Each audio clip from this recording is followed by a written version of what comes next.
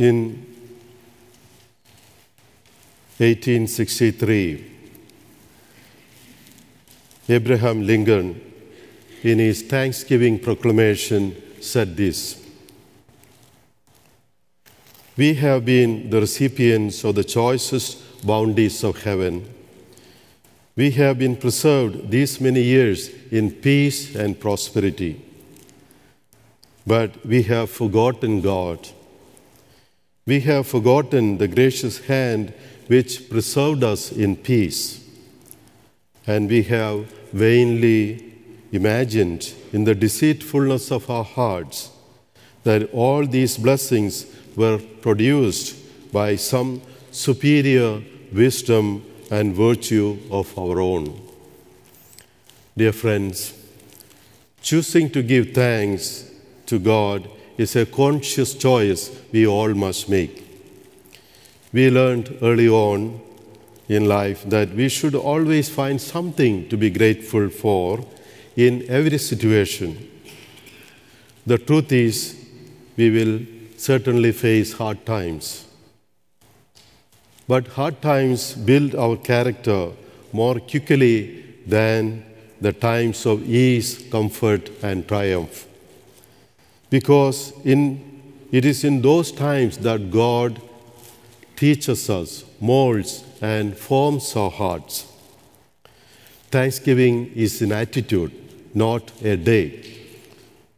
It acknowledges God as a source of everything. The scripture makes it very clear that God is the creator and owner of all that is, all that exists. We are only stewards, like we have heard in many parables, stewards over God's world. And most of us can accept this with this beautiful universe, but we have a difficult time accepting it with our own material blessings.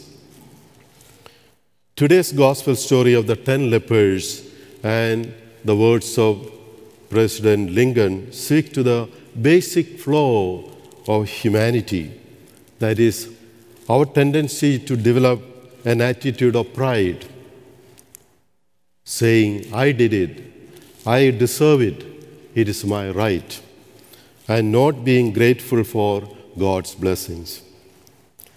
Because it is God who gave us the graces and the resources to achieve whatever we have done in our life. But the Samaritan leper gives us an understanding that thanksgiving is an attitude that we must cultivate in our hearts all through our life if we are not to repeat the same mistake of those 9 lepers who never returned to give thanks. We must give thanks not only today, but throughout the year. So let us always give thanks to God every day of our life, for the nation, for our family, the friends we have, the Seton community, and for the gift of faith, and above all, for the gift of life.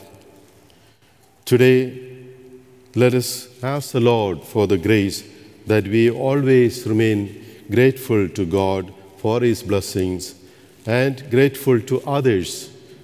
Take a moment to thank one another, including our own family members. Today we will have a very short number of petitions. After the 5th petition, you are welcome to express your words of gratitude very briefly. What do you have received during this year?